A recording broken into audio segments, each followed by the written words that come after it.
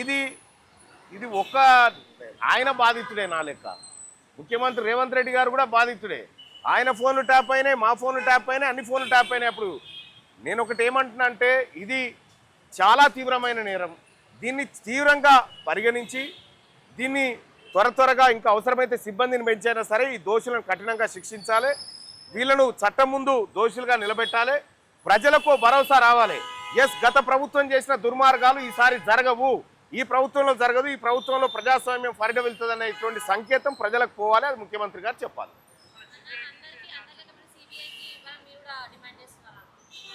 సిబిఐకి ఇవ్వాలి అనేది కాదు, కానీ ఇందులో ఈ సిట్ ఎంతవరకు న్యాయం చేయగలుగుతుందో పరిశీలించిన తర్వాత చెప్తాం. ముందే ఈ సిట్టును బదనాం చేయడం ఎందుకు? కల్వకుంట్ల చంద్రశేఖరరావు గారి సారథ్యంలో నడిచినటువంటి బీఆర్ఎస్ పార్టీ పరిపాలనలో కొన్ని వేల ఫోన్ నెంబర్లు ట్యాప్ చేయడం జరిగింది. ప్రజాస్వామ్యాన్ని పూనీ చేస్తూ మా అందరి ఫోన్లను ట్యాప్ చేస్తూ మమ్మల్ని మావోయిస్టుల సానుభూతి పరులుగా మా పేరు చెప్పి మా కాల్స్ మా డేటా అంతా రికార్డ్ చేయించి మా ఫోన్లు ట్యాప్ చేయించి అటు కేంద్ర ప్రభుత్వాన్ని, ఇటు ప్రజలను, ఇటు పోలీస్ వ్యవస్థని అన్నిటినీ తప్పుదోవ పట్టించినటువంటి కల్వకుంట్ల చంద్రశేఖరరావు గారు నా ఫోన్లను దాదాపుగా నేను ఒక ఫోన్ ట్యాప్ అవుతుందని ఇంకో నెంబర్ తీసుకుంటే ఇంకో నెంబర్ కూడా ట్యాప్ చేసిండు. ఒక ఫోను 31 తారీఖు 10వ నెల 2022 నుంచి కరెక్ట్గా 30 తారీఖు 10వ నెల 2023 వరకు ఒక నెంబర్ ఏమో ఏడాది మొత్తం ట్యాప్ చేసిండు.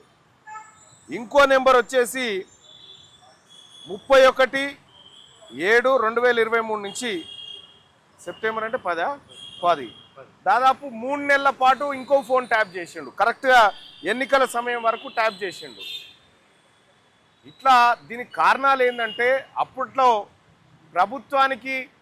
ప్రభుత్వ నిర్ణయాలకు వ్యతిరేకంగా మేము పోరాటం చేస్తున్నాం కాబట్టి ప్రజల పక్షాన పోరాడుతున్నందుకు మా ఫోన్లన్నీ ట్యాప్ చేయడం జరిగింది. నాదే కాదు, నా చుట్టుపక్కల ఉన్నటువంటి నా వాళ్ళవి కూడా అందరి ఫోన్లు కూడా ట్యాప్ చేయడం జరిగింది. వీళ్ళు ఎక్కడ పోతున్నారు, ఏం చేస్తున్నారు అనేటువంటి ఇన్ఫర్మేషన్ గ్యాదర్ చేసి పనిచేసినారు. నేను ఒకటే అడుగుతా ఉన్నా, నిజంగా ఈ రాష్ట్ర ప్రభుత్వం ప్రజలకు అక్కడికి వచ్చే పనులే చేసినంటే ప్రజల ఫోన్లు ట్యాప్ చేయాల్సినటువంటి అవసరం ఏమొచ్చింది? ఇప్పుడే కొద్దిసేపటి క్రితమే అధికారులు వీటికి సంబంధించినటువంటి అంటే వీళ్ళు కేంద్ర ప్రభుత్వానికి ఏమని పెట్టుకున్నారు, ఆ జియో వాళ్ళకి ఏమని పెట్టుకున్నారంటే వీళ్ళు మావోయిస్టులు సానుభూతి పరులు, వీళ్ళ డాటా కావాలి, సిడిఆర్ కావాలని చెప్పి పెట్టుకున్నారు. ఆ ఈమెయిల్స్ అన్ని చూడడం జరిగింది. అలాగే అధికారులు వాళ్ళకు ఉన్నటువంటి సమాచారం ప్రకారం కొన్ని ప్రశ్నలు అడగడం జరిగింది. అవి దాదాపుగా టాలీ అయినాయి.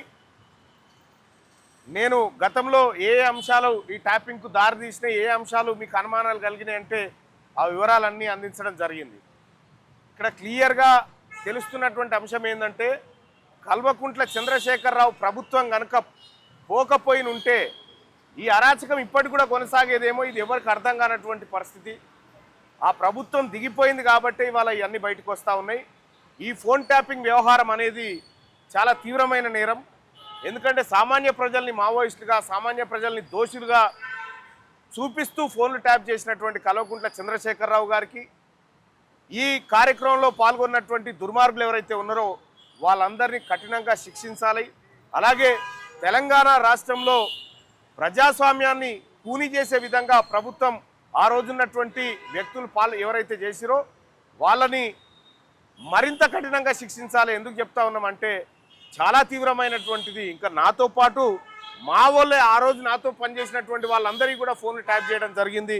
ఇంకా ఫ్యామిలీ మెంబర్స్ కూడా ట్యాప్ చేసినట్టుగా తెలుస్తూ ఉంది. అయితే ఇంకా అధికారులకు కొన్ని వివరాలు సమర్పించేది ఉంది. అవి కూడా వివరాలు పంపిస్తానని చెప్పడం జరిగింది.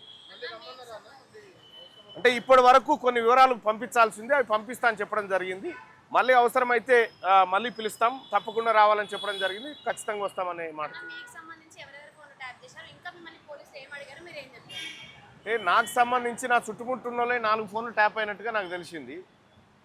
అయితే వాళ్ళు అడిగింది ఏంటంటే ఈ ఫోన్లు ట్యాప్ చేయడానికి కారణం ఏంది, మీరు మీ ఫోన్లు ఎందుకు ట్యాప్ చేశారనుకుంటున్నారు, ఈ ఫోన్ ట్యాప్ అయినట్టుగా మీరు ఎప్పుడైనా అనుమానం వచ్చిందా మీకంటే ఆ ఎవిడెన్సెస్ అని చెప్పడం జరిగింది.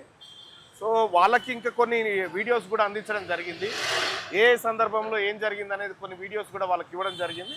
సో వాళ్ళు ఫర్దర్గా ఇన్వెస్టిగేషన్ చేసి మళ్ళీ ఏమైనా అవకాశం మళ్ళీ అవసరం ఉంటే పిలుస్తా అని చెప్పడం జరిగింది.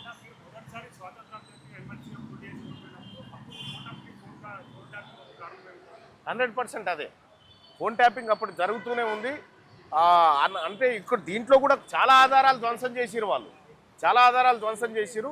నేను అప్పుడు ఎన్నికల్లో పోటీ చేస్తున్నటువంటి సమయంలోనే ఇక మా వాళ్ళ అనుచరులు అందరి ఫోన్లు అక్కడే ట్యాప్ చేసిరు. అన్నీ ఎవరెవరితో మాట్లాడుతున్నారు, ఎవరెవరితో ప్రజల్ని కలుస్తూ ఉన్నారు, ఎన్నికలను టార్గెట్గా వాళ్ళు ఫోన్లు ట్యాప్ చేసినారు. వాళ్ళ అధికారం నిలుపుకోవడానికి చేసినటువంటి ప్రతి దుర్మార్గాల్లో ఇది పెద్ద దుర్మార్గం.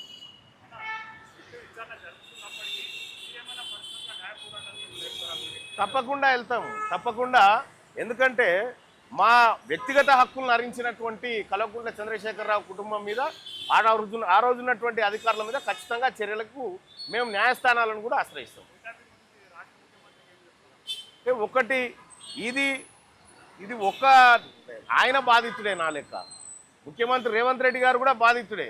ఆయన ఫోన్లు ట్యాప్ అయినాయి, మా ఫోన్లు ట్యాప్ అయినాయి, అన్ని ఫోన్లు ట్యాప్ అయినాయి. అప్పుడు నేను ఒకటి ఏమంటున్నా అంటే ఇది చాలా తీవ్రమైన నేరం. దీన్ని తీవ్రంగా పరిగణించి దీన్ని త్వరగా ఇంకా అవసరమైతే సిబ్బందిని పెంచైనా సరే ఈ దోషులను కఠినంగా శిక్షించాలి. వీళ్ళను చట్టం ముందు దోషులుగా నిలబెట్టాలి. ప్రజలకు భరోసా రావాలి. గత ప్రభుత్వం చేసిన దుర్మార్గాలు ఈసారి జరగవు, ఈ ప్రభుత్వంలో జరగదు, ఈ ప్రభుత్వంలో ప్రజాస్వామ్యం పరిడవిల్తుందనే ఇటువంటి సంకేతం ప్రజలకు పోవాలి. అది ముఖ్యమంత్రి గారు చెప్పాలి.